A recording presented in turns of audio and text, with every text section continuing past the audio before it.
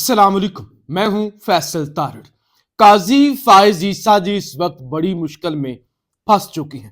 قاضی صاحب ہر چیز کے ساتھ اس طرح سے کھیلتے ہیں کہ جیسے ہر چیز ہی آئین ہو، ہر چیز ہی پی ٹی آئی ہو، جس کو جب چاہے رون دو، جس طرح کے چاہے فیصلے دے دو۔ پچھلے دنوں قاضی صاحب نے قادیانیوں کے حوالے سے ایک فیصلہ دیا، جس پہ میں زیادہ بات تو نہیں کروں گا، مجھے کوئی زیادہ اس کا نالج بھی نہیں ہے، اور پاکستان میں جس طرح سے ایک مذہبی انتہا پسندی ہوتی ہے تو میں اس کو زیادہ ہوا بھی نہیں دوں گا۔ لیکن اب اس کو لے کر مولانا فضل الرحمان اور پھر عبدالغفور حیدری اور باقی مذہبی جماعتیں بھرپور طریقے سے میدان میں آ چکی ہیں، اور قاضی فائز عیسیٰ کے استعفے کا مطالبہ بھی ہو چکا ہے، اور خدشہ یہ ہے کہ آنے والے دنوں میں اس معاملے کو لے کر پاکستان میں ایک بڑا انتشار کھڑا ہو سکتا ہے، اور وہ انتشار اب کون سی سمت اختیار کرے گا اس کا اندازہ نہیں کیا جا سکتا۔ ذرا یہ عبدالغفور حیدری صاحب کی آپ گفتگو سنیں، اور ساتھ ہی انہوں نے قاضی کے استعفے کا مطالبہ کیا، پھر فضل الرحمان کی بات کرتے ہیں، مریم نواز کی اور دیگر خبریں بھی آپ کے سامنے رکھتے ہیں، یہ سنیں۔ آج میں یہ بتانا چاہتا ہوں کہ چیف جسٹس آف پاکستان جو ایک جاہلانہ احمقانہ رائے کا اظہار کیا ہے یا فیصلہ دیا ہے، اسے ہم کنڈم کرتے ہیں۔ قرآن کریم کی توہین اور پیغمبر صلی اللہ علیہ وسلم کی ذات اقدس کی توہین، اس قسم کے جرائم کو انہوں نے غیر ضروری قرار دے کر ان دفعات کو حذف کرنے کی رائے ظاہر کی ہے۔ ہم مسلمان اس کی اس رائے کو، چیف جسٹس صاحب کی اس رائے کو جوتے کی نوک پر رکھتے ہیں، اور پیغمبر کریم صلی اللہ علیہ وسلم کی عزت و ناموس کا تحفظ کریں گے۔ قرآن کریم کی جو بھی لوگ توہین کریں گے، قانون موجود ہے۔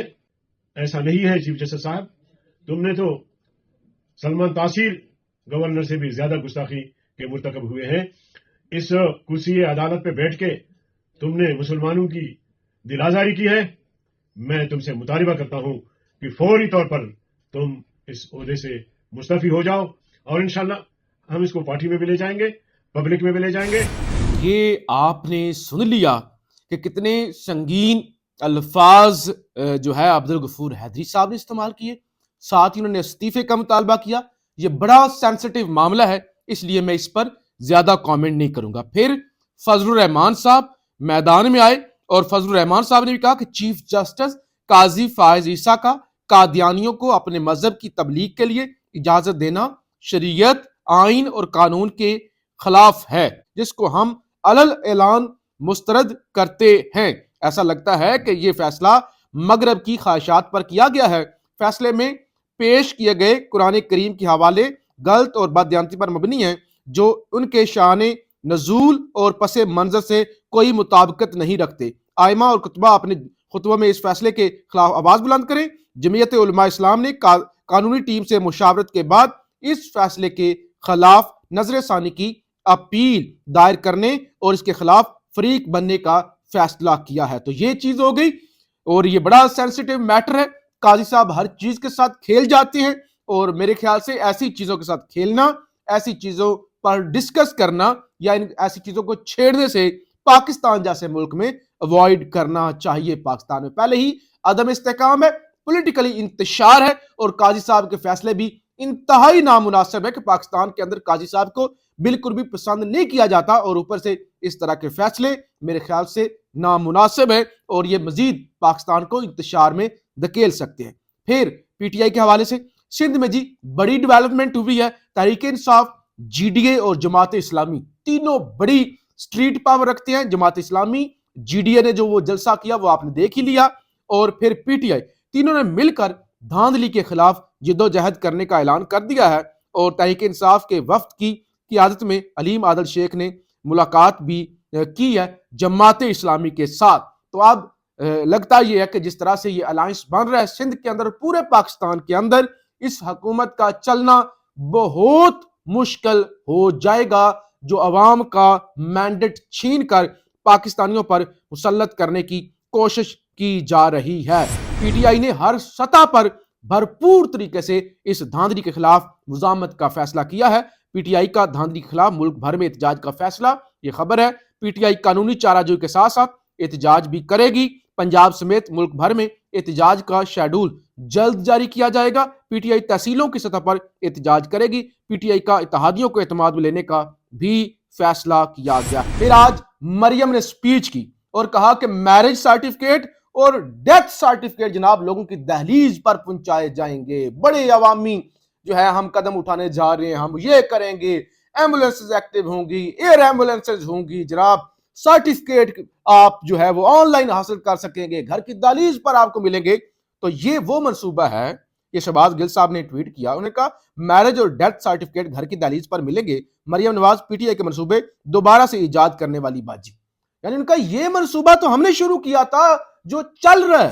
کہ پھر اس پر فیصل واڈا بھی میدان میں آئے، انہوں نے کہا گھنٹوں کی ایڈیٹنگ کے بعد پہلی ریکارڈڈ تقریر، نامزد وزیر اعلیٰ پنجاب بزدار 2 مریم صاحبہ کا پاکستان کو مسائل سے نکالنے کے لیے پہلا اعلان، Punjab panda service delivery service, جس سے مردوں کے سرٹیفکیٹ، طلاق کے سرٹیفکیٹ اور پیدائش کے سرٹیفکیٹ گھر گھر پہنچائے جائیں گے۔ میاں صاحب گھبرانا نہیں، قدم بڑھائیں، کوئی بھی آپ کے ساتھ نہیں ہے۔ اور پھر یہ جو جلد بازی میں حکومت بنی، رات کے 12 بجے پریس کانفرنس کرنی پڑ گئی اور رات کے 12 بجے یہ اعلان کیا گیا کہ یہ جو ہے وہ حکومت بن رہی ہے اور نون لیگ اور پیپلز پارٹی ایک ساتھ ہوں گے، حالانکہ ڈیڈ لاک تھا۔ میں نے بھی رات کو جب گزشتہ رات اپنا آخری وی لاگ ریکارڈ کیا 11:30 بجے پاکستانی وقت کے مطابق، 11:30 بجے تک بالکل ڈیڈ لاک تھا۔ اچانک خبر آتی ہے 11:35 پر کہ میٹنگ ہو گئی ہے، دعائے خیر ہو گئی ہے، اور پھر 12:15 بجے کے قریب پریس کانفرنس ہو جاتی ہے۔ تو ایسا اتنی جلدی میں یہ ہوا کیوں؟ اس حوالے سے نصرت جاوید ایک دعویٰ کرتے ہیں۔ نصرت جاوید صاحب سینئر صحافی ہیں، کہتے ہیں عالمی ریٹنگ ایجنسی فچ کی خبر نے پاکستان کے نگہبانوں کو بہت پریشان کر دیا تھا۔ اس خبر کے بعد ایکٹیویٹی شروع ہوئی، ایک اعلیٰ ترین نگہبان ایبٹ آباد گئے اور وہاں سے وہ شانگلہ گلی پہنچے۔ ڈار صاحب ان کے ساتھ رابطے میں تھے، وہاں سے نواز شریف بھی شانگلہ گلی پہنچ چکے تھے جہاں بات چیت ہوئی۔ اسی دوران شہباز شریف لاہور پہنچ چکے تھے، نواز شریف سے ملاقات کرنے والے افراد بھی لاہور پہنچ گئے اور شہباز شریف سے ملاقات کی، جس کے بعد وہی صاحب رات کے کھانے سے پہلے یا کھانے کے بعد آصف زرداری سے ملے اور پھر آصف زرداری بھی بھاگتے ہوئے وہاں پہنچے جہاں سے حکومت سازی کا اعلان ہوا۔ تو اصل میں اس سب کے پیچھے اسٹیبلشمنٹ تھی کہ ملک کے حالات بڑے خراب ہو جائیں گے، وہ فچ نے کہہ دیا عدم استحکام ہوگا اور یہ جو ہے وہ آئی ایم ایف پیسے بھی نہیں دے گا اور پھر آپ کا ملک نہیں چل پائے گا۔ تو اس وجہ سے وہ بھاگے گئے کہ فوری طور پہ حکومت بنوائی جائے اور رات کے اندھیرے میں ملاقاتیں کی اور حکومت کا اعلان ہو گیا۔ اور دوسری طرف جناب وہ ڈی سی اسلام آباد جو بڑے بدمعاش بنے ہوئے ہیں، ان کے خلاف 1 مارچ کو فیصلہ آنا ہے، انہوں نے اب کیا ہے کہ اسلام آباد ہائی کورٹ توہین عدالت کیس میں گزشتہ روز جاری ناقابل ضمانت وارنٹ گرفتاری کے خلاف ڈی سی اسلام آباد نے انٹرا کورٹ اپیل دائر کر دی۔ رجسٹرار آفس کا انٹرا کورٹ اپیل پر اعتراض عائد، چیف جسٹس اور جسٹس طارق محمود جہانگیری کل اعتراضات کے ساتھ سماعت کریں گے۔ یعنی انہوں نے اب جسٹس بابر ستار کو بائی پاس کرنے کا فیصلہ کر لیا کہ ان کو بائی پاس کیا جائے، اور عامر فاروق تو پھر اسٹیبلشمنٹ کا اپنا جج ہے، تو اس کے ذریعے اب ڈی سی کو ریلیف دلوایا جائے۔ تو اس قدر پورا سسٹم مینج ہے، اس قدر پورے سسٹم کی نیندیں اڑی ہوئی ہیں۔ تو مجموعی طور پہ ملک ایک بڑے جسے کہتے ہیں نا عوامی ریزسٹنس، عوامی رد عمل، اس کی طرف جا رہا ہے، اور ساری چیزوں کو سامنے رکھتے ہوئے یہ صاف نظر آتا ہے کہ اس حکومت کا چلنا مشکل ہو جائے گا۔ جو بننے سے پہلے ہی مشکل میں ہے، یہ بن کر بھی چل نہیں پائے گی، یہ کمپنی بھائی صاحب نہیں چلے گی، یہ پروجیکٹ بھی ناکام ہو جائے گا۔ پاکستان زندہ باد۔